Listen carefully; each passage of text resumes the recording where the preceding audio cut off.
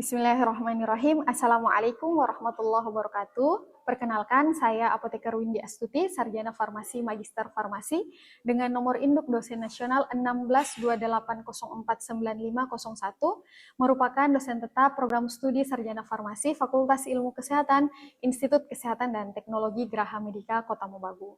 Nah, video ini merupakan pernyataan diri dosen unjuk kerja Tridharma Perguruan Tinggi khususnya dalam bidang pengajaran atau biasa disingkat dengan PDD UKT-PT sebagai syarat sertifikasi dosen tahun 2025.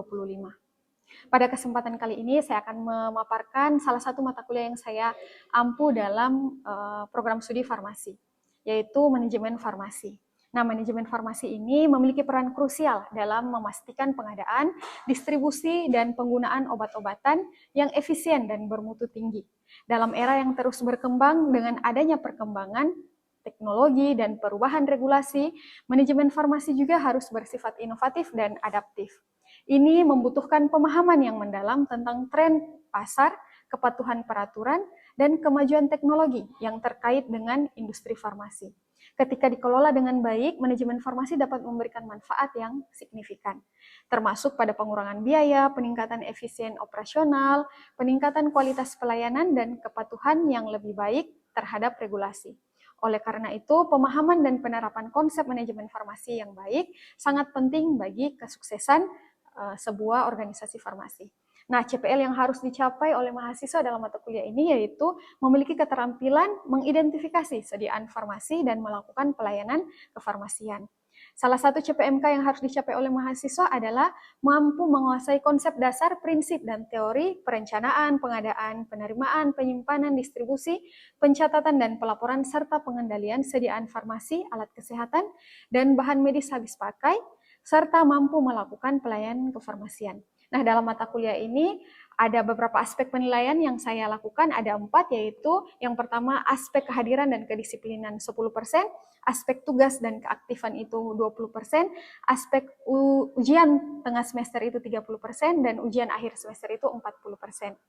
Untuk metode pembelajaran yang saya lakukan dalam mata kuliah ini adalah Student Learning Center atau pembelajaran yang berpusat kepada mahasiswa. Baik, untuk selanjutnya silakan menyimak video pembelajaran saya. Oke, baik. Bismillahirrahmanirrahim. Assalamualaikum warahmatullahi wabarakatuh. Waalaikumsalam warahmatullahi wabarakatuh. Baik, apa kabar hari ini? Baik. Alhamdulillah. Baik, untuk kesempatan kali ini, pada pertemuan kali ini kita akan melanjutkan mata kuliah mengenai manajemen farmasi, khususnya nanti Ibu akan menjelaskan tentang mata kuliah manajemen farmasi apotik. Ya, seperti perkuliahan-perkuliahan sebelumnya, seperti biasa, nanti Ibu akan memaparkan dulu materinya, kemudian kita ada diskusi, kemudian nanti ada tugas ataupun ada post-test dari Ibu, gitu ya. Kalau misalnya ada yang ingin ditanyakan, bisa langsung bertanya. Oke, untuk manajemen farmasi, sebelumnya Ibu akan mengingatkan kembali mengenai apa sih mata kuliah manajemen farmasi itu. Jadi mata kuliah manajemen farmasi, dia membahas tentang seluruh pengelolaan sediaan farmasi, alat kesehatan, dan bahan medis habis pakai, serta pelayanan kefarmasian, baik itu di rumah sakit, di apotik, kemudian di pedagang besar farmasi, di gudang farmasi, dan di industri farmasi. Ya, seperti itu. Nah, dalam hal ini kita akan membahas sedikit tentang manajemen apotiknya. Nah, untuk metode pembelajaran seperti biasa kita menggunakan student center learning, di mana pembelajaran ini akan berpusat kepada mahasiswa itu sendiri. Untuk kontrak perkuliahan seperti biasanya, kita mengambil poin 10% untuk kehadiran dan kedisiplinan, kemudian 20% untuk tugas ya dan diskusi dalam kelas, kemudian 30% untuk ujian tengah semester dan 40% untuk ujian akhir semester. Ya, jadi itu poin penilaian yang akan harus kalian tempuh dalam mata kuliah ini. Oke, next kita ke apotiknya. Apa sih sebenarnya itu apotik? Ya, dalam berbagai peraturan banyak aturan yang menyebutkan tentang apotik itu sendiri. Nah, di sini apotik merupakan salah satu pelayanan kesehatan dalam membantu mewujudkan tercapainya derajat kesehatan pasien. Nah, dalam undang-undang terbaru, Undang-Undang Nomor 9 tahun 2017 yang mengatur tentang apotik atau Peraturan Menteri Kesehatan nomor 9 tahun 2017 tentang apotik mendefinisikan adalah apotik adalah sarana pelayanan kefarmasian, tempat dilakukannya praktek apoteker.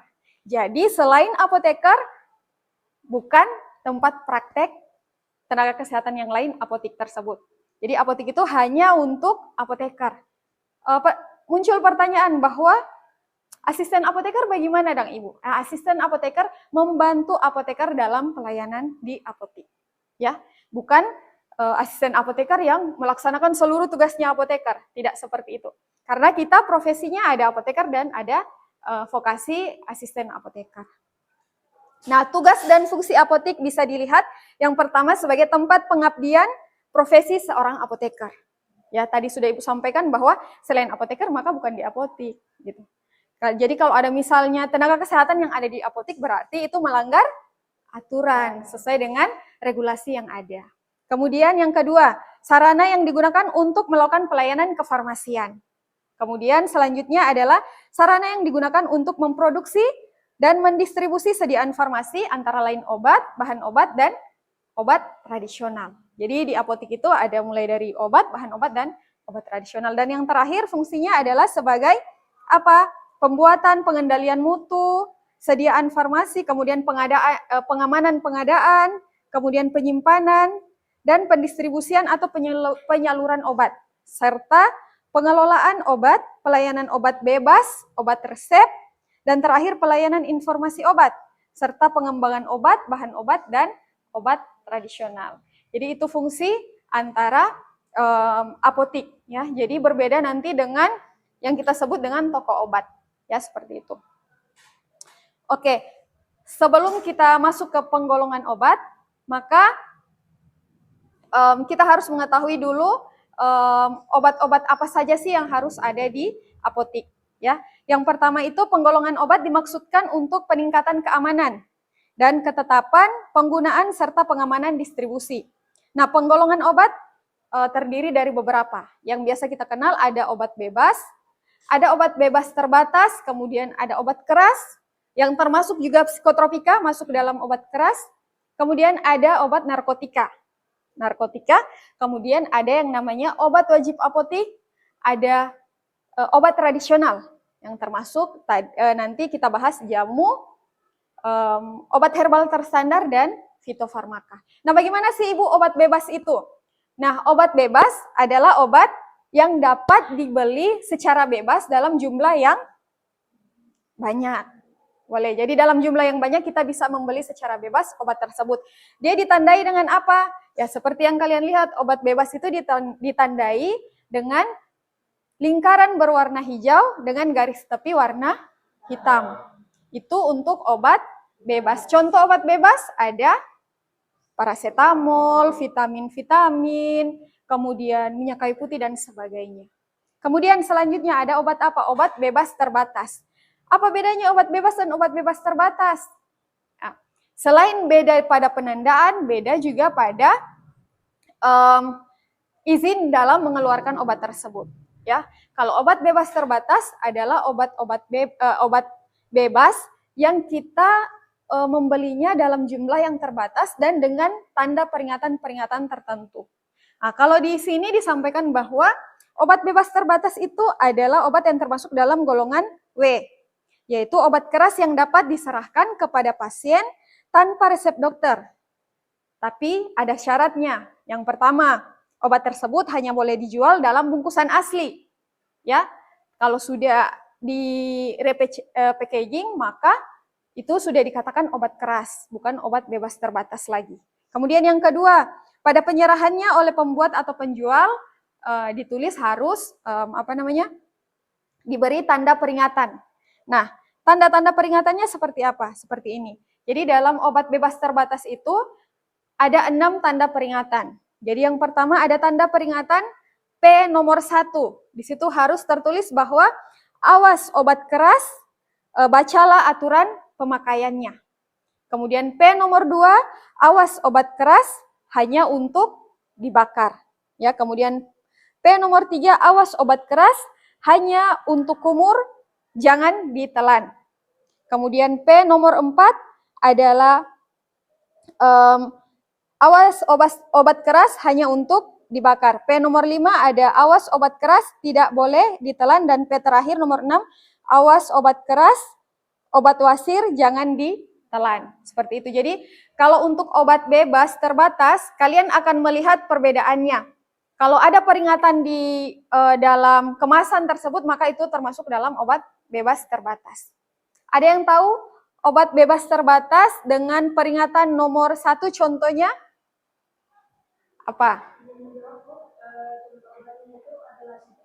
CTM, oke. CTM salah satu contoh obat yang termasuk dalam obat bebas terbatas. Kemudian kalau tanda peringatan P nomor 3, oh silakan. P nomor 3 contoh obatnya gentamisin, miconazol. Oke, gentamisin, ketoconazol, miconazol, tapi dalam bentuk salep, gitu ya. Kalau dia dalam bentuk oral, dia masuk dalam obat keras, gitu. Oke, kalau P nomor 5, ya. Apa kalau P nomor 5 contoh obatnya? Oh, cetirizine. Oke, jadi beberapa obat itu memang termasuk dalam obat-obat yang memang kita harus dibatasi pengeluarannya, gitu ya. Nah, selanjutnya, setelah obat bebas terbatas, kita ada yang namanya obat keras. Nah, obat keras ini harus diperhatikan baik-baik. Obat keras adalah obat-obat yang ditetapkan yang pertama, semua obat yang dibungkus oleh para pembuatnya, dia boleh diserahkan kalau dengan resep dokter. Kemudian yang kedua, semua obat yang dibungkus sedemikian rupa yang nyata-nyatanya untuk dipergunakan secara parenteral. Ya. Kemudian yang ketiga, semua obat baru. Jadi obat baru itu termasuk obat keras. Terkecuali apabila oleh Departemen Kesehatan telah dinyatakan secara tertulis bahwa obat baru itu tidak membahayakan kesehatan manusia, maka itu bisa ada regulasi lain, dia termasuk obat apa gitu. Tapi kalau dia obat baru ditemukan dan belum banyak uji preklinik dan kliniknya, maka dia masih termasuk dalam golongan obat keras. Nah, untuk golongan obat keras ini banyak ya, banyak obat-obatan yang yang masuk dalam golongan obat-obat keras ini. Termasuk nanti kita membahas tentang yang namanya psikotropika. Jadi psikotropika sama obat keras logonya sama, lingkaran merah, kemudian dengan garis tepi bulat warna hitam, dan ada logo K-nya di dalam. Nah, itu termasuk obat keras dan obat psikotropika. Salah satu contoh obat keras ya, seperti biasa, antibiotik masuk dalam obat keras, kemudian antihiperlipidemia masuk dalam obat keras gitu ya. Kemudian kalau psikotropika berarti contohnya ada apa? Ada diazepam masuk, ada alprazolam masuk dalam golongan obat psikotropika, tapi penandaannya sama, K. Ya, seperti itu. Jadi penandaannya sama. Jadi nanti tinggal hati-hati, kita harus banyak membaca dan banyak menghafal mana obat golongan yang memang obat keras dan mana yang psikotropika. Seperti itu. Nah, di sini ada contoh golongan psikotropika golongan 1, 2, 3, dan 4. Ya. Kalau untuk golongan 1, ya dia hanya digunakan untuk tujuan penelitian, tidak digunakan untuk pengobatan. Ya. Kalau golongan obat 2, dia digunakan dalam terapi dan ilmu pengetahuan juga, serta mempunyai potensi kuat mengakibatkan sindrom ketergantungan. Contohnya ada di sini fenetrazin, kemudian ada metaqualon. Tapi ini banyak digunakan hanya dalam penelitian. Nanti di golongan 3 dan golongan 4 yang dia banyak kita gunakan dalam terapi pasien. Ya, contohnya kalau di golongan 3 di sini ada ada pentobarbital, kemudian ada amobarbital dan sebagainya ya. Kemudian yang golongan 4 yang paling banyak digunakan tadi ada diazepam dan teman-temannya, seperti itu.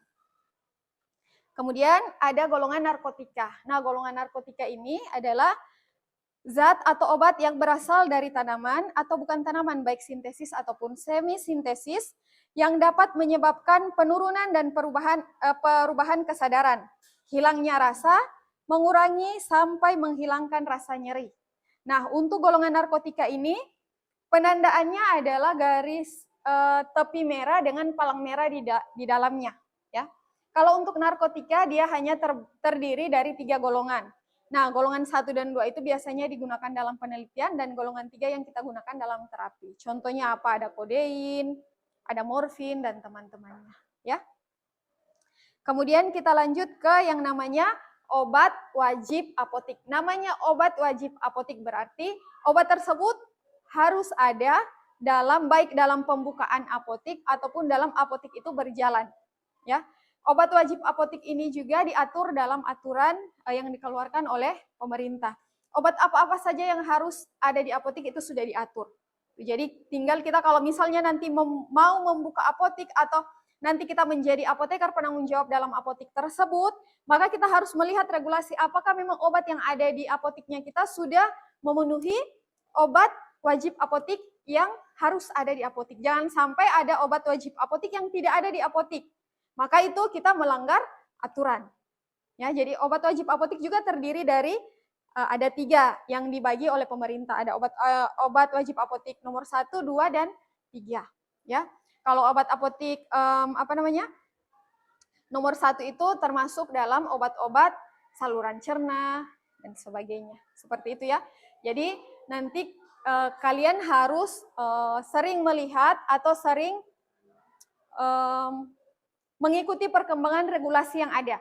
Karena sampai sekarang itu obat wajib apotik itu sudah ada berbagai perubahan.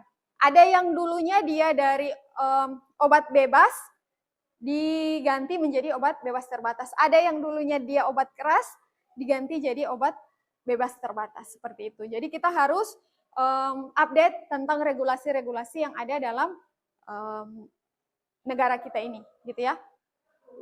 Kemudian kita lanjut ke Keputusan Kepala Badan POM Republik Indonesia tentang ketentuan pokok pengelompokan dan penandaan obat bahan alam Indonesia, atau kita sering sebut obat tradisional yang ada di Indonesia. Jadi ada 3 kategori yang teman-teman atau adik-adik mahasiswa juga sudah banyak tahu ya. Ada dia yang kita sebut jamu, ada yang kita sebut dengan obat herbal terstandar, kemudian ada yang kita sebut dengan fitofarmaka. Nah, ketiga perbedaan ini ada apa bedanya dengan obat sintesis? Ya, tetap ada bedanya karena ini merupakan obat tradisional, berarti dia masih dalam bentuk senyawa murni. Kalau obat sintesis maka sudah dilakukan pengolahan lagi, ya. Untuk jamu, nah ini untuk penggolongan gambar jamunya ya. Jadi dia kayak ada pohon, kemudian ada lingkaran hijau. Nah, jamu ini disampaikan adalah obat tradisional Indonesia yang digunakan secara turun-temurun. Nah, jadi kalau jamu ini memang secara turun-temurun, sudah ada buktinya atau belum? Bukti secara ilmiah belum kuat adanya, tetapi dia sudah digunakan secara turun-temurun, gitu ya. Kemudian ada obat herbal terstandar, adalah sediaan bahan alam yang telah dibuktikan keamanan dan khasiatnya secara ilmiah dengan uji preklinik. Ya, kalau OHT ada uji prekliniknya pada hewan dan bahan bakunya telah terstandarisasi. Kalau jamu kan tadi belum ada uji preklinik, atau baru secara turun-temurun. Kalau OHT ini tandanya seperti ini, ada kayak apa namanya itu ya, bintang 3 di tengah, bulatan hijau. Ya, nah, contoh-contoh obat herbal terstandar, ada diapet, ada lelap. Nah, itu contoh-contoh obat herbal terstandar. Kemudian kita lanjut ke fitofarmaka yang terakhir. Maka obat tradisional yang terakhir adalah namanya fitofarmaka, sediaan bahan alam yang dapat disejajarkan dengan obat modern.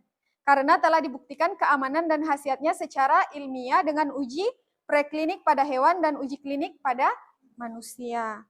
Bahan baku dan produknya juga telah distandarisasi, ya. Nah, untuk logonya ini atau tanda penandaannya ada seperti apa mau dibilang ini, ranting lagi, kemudian ada lingkaran hijau di luar dari ranting-ranting tersebut. Contohnya ini ada apa fitofarmaka ini? Astimuno, kemudian ada apa ini, Exgra dan sebagainya. Itu ya, contoh-contoh fitofarmaka yang beredar di Indonesia. Nah, tadi kita sudah mempelajari penggolongan obat yang ada di apotik, yang harus ada kita siapkan di apotik. Jadi kalau kita nanti akan masuk dalam dunia apotik, maka obat-obat yang disampaikan tadi, khususnya obat wajib apotik itu wajib ada di apotik. Next, sekarang kita lanjut ke pengelolaan sediaan farmasi, alat kesehatan, dan bahan medis habis pakai di apotik. Jadi dalam manajemen farmasi itu ada 2 poin utama, ada pengelolaan dan ada pelayanan farmasi klinis. Itu semua sama, baik dia di rumah sakit, apotik, kemudian dia di industri, puskesmas, klinik, dan sebagainya. Nah, yang akan kita bahas ini adalah di apotik dulu. Nah, maka kalau kita membahas apotik, kita harus wajib membuka seluruh aturan ataupun seluruh kebijakan ataupun regulasi yang mengatur tentang apotik. Yang pertama tadi Ibu sudah antar dengan Permenkes nomor 9 tahun 2017 tentang apotik. Kemudian kita juga harus membuka tentang Permenkes nomor 72 tahun 2016 tentang apotik. Ya, jadi kalau kita melihat itu tentang standar pelayanan kefarmasian di apotik, maka di situ diatur. Jadi rambu-rambunya kita harus melihat sesuai dengan aturan yang ada. Nah, aturannya apa saja? Jadi kalau untuk pemerintah sudah diatur, untuk pengelolaan ada berbagai macam yang harus kita penuhi. Untuk di apotik yang pertama adalah perencanaan. Nah, perencanaan ini dalam membuat perencanaan pengelolaan sediaan farmasi, alat kesehatan dan bahan medis habis pakai, perlu diperhatikan pola penyakit, konsumsi, dan kemampuan masyarakat. Maksudnya bagaimana sih Ibu? Nah, dalam perencanaan ini kan kita misalnya ada di satu apotik. Di satu apotik itu kita akan mengadakan perencanaan dalam pengadaan obat. Nah, kan tidak mungkin tiba-tiba kita langsung, oh mau beli obat X sekian banyak, tanpa ada evaluasi penggunaan setahun yang lalu. Atau tanpa ada melihat ke belakang bagaimana sih penggunaannya. Jangan sampai kita membeli obat itu sudah terlalu banyak, padahal penggunaan yang lalu itu hanya sedikit. Masuk dia dalam misalnya slow moving. Tapi kita tidak melihat, kita pesannya misalnya 1000 tablet, tapi penggunaan sebenarnya tahun lalu itu hanya 100. Sebenarnya boleh enggak begitu? Boleh, cuman kita rugi di modal. Bisa kita alokasikan ke dana yang obat-obatan fast moving, yang cepat keluar. Ya, jadi dalam pemilihan itu makanya harus pakai pola konsumsi, pola epidemiologi atau penyakit, dan lingkungan masyarakat. Apalagi kalau apotik baru buka toh. Apotik baru buka itu bagaimana saya melihat evaluasinya, Bu? Nggak bisa kan? Tapi yang kita lihat apa? Pola penggunaan obat yang ada di masyarakat itu. Jangan sampai kita buka apotik di satu tempat. Pola penggunaan obatnya adalah paracetamol generik. Kalian ambil paracetamol branded. Ya, sulit untuk keluar. Gitu. Jadi seperti itu dalam perencanaan. Kemudian pengadaan. Kalau pengadaan bagaimana ya? Pengadaan adalah menjamin kualitas pelayanan kefarmasian, maka pengadaan sediaan farmasi harus melalui jalur resmi. Jangan sampai pengadaan obat-obatan mau beli di misalnya di toko kelontongan. Ya, tapi tidak menutup, maksudnya tidak menutup mata bahwa banyak juga toko kelontongan jual obat-obatan gitu ya. Entah itu menjadi evaluasi kita ke depannya. Tapi kita harus tahu jalur resminya di mana. Otomatis kalau kita dalam ruang lingkup apotik, maka kita harus melakukan pengadaan di namanya pedagang besar farmasi ya. Entah siapapun pedagang besar farmasinya atau perusahaan apapun terserah, yang penting di jalur farmasi atau pedagang besar. Kemudian ada penerimaan. Nah, setelah kita pengadaan, sudah menulis SP, sudah menulis surat pesanan, diantarlah ke PBF-nya, PBF kemudian kembalikan ke kita untuk mereka antar obatnya. Ya, kita menerima, tetapi yang harus kita perhatikan adalah apa? Yang pertama dalam proses penerimaan adalah informasi antara SP dengan faktur. Jangan sampai SP apotik X difaktur apotik B. Atau sama di SP apotik X difaktur apotik X, yang berbeda adalah alamatnya. Nah, berarti itu apotik yang namanya sama tapi di alamatnya berbeda. Nah, itu kan salah juga ya. Jadi harus perhatikan itu. Kemudian obat-obatan juga yang diterima harus diperhatikan, mulai dari nomor batch-nya, kemudian jumlahnya, kemudian pemesanannya, kemudian yang paling penting adalah tanggal kadaluarsanya. Jangan sampai sudah 3 bulan mau expire, ya di retur itu dia, jangan diambil. Risiko di apotik kan gitu. Tinggal 3 bulan expire, kalian tetap terima. Akan terjadi kerugian. Kemudian adalah penyimpanan. Penyimpanan bagaimana ya? Penyimpanan, obat itu harus disimpan dalam wadah asli dari pabrik. Semua obat ataupun bahan obat harus disimpan pada kondisi yang sesuai sehingga terjamin keamanannya. Maka kalau obat-obat yang informasinya disimpan dalam suhu 2-8, maka jangan disimpan dalam suhu ruang agar kualitas obat terjamin. Kalau ada obat-obatan yang harus disimpan di suhu minus 2 derajat atau minus 0 derajat sampai sekian, maka harus disimpan di yang namanya freezer, ya. Kalau obat disimpan pada 25 sampai 30 derajat, maka itu harus disimpan di suhu ruang, gitu ya. Kemudian selanjutnya adalah pemusnahan dan penarikan. Nah, pemusnahan dan penarikan ini tergantung dari pemusnahan dari apotik masing-masing, penarikan dari Badan POM. Ya, seperti itu. Kemudian selanjutnya ada pengendalian, kita harus melakukan pengendalian obat, kemudian agar obat-obatannya itu banyak yang tidak kadaluarsa ataupun tidak overstock dan sebagainya. Terakhir adalah harus lakukan pencatatan dan pelaporan. Baik, itu saja dari Ibu untuk kesempatan kali ini. Nanti saya akan kasih tugas ke kalian untuk pertemuan pekan depan. Baik, terima kasih atas perhatiannya. Assalamualaikum warahmatullahi wabarakatuh. Waalaikumsalam warahmatullahi wabarakatuh. Itulah tadi video pengajaran dari saya. Saya ucapkan terima kasih banyak kepada Panitia Pelaksana Sertifikasi Dosen tahun 2025. Terima kasih kepada Kemendikbudristek yang telah memberikan kesempatan kepada saya untuk mengikuti seleksi sertifikasi dosen tahun 2025.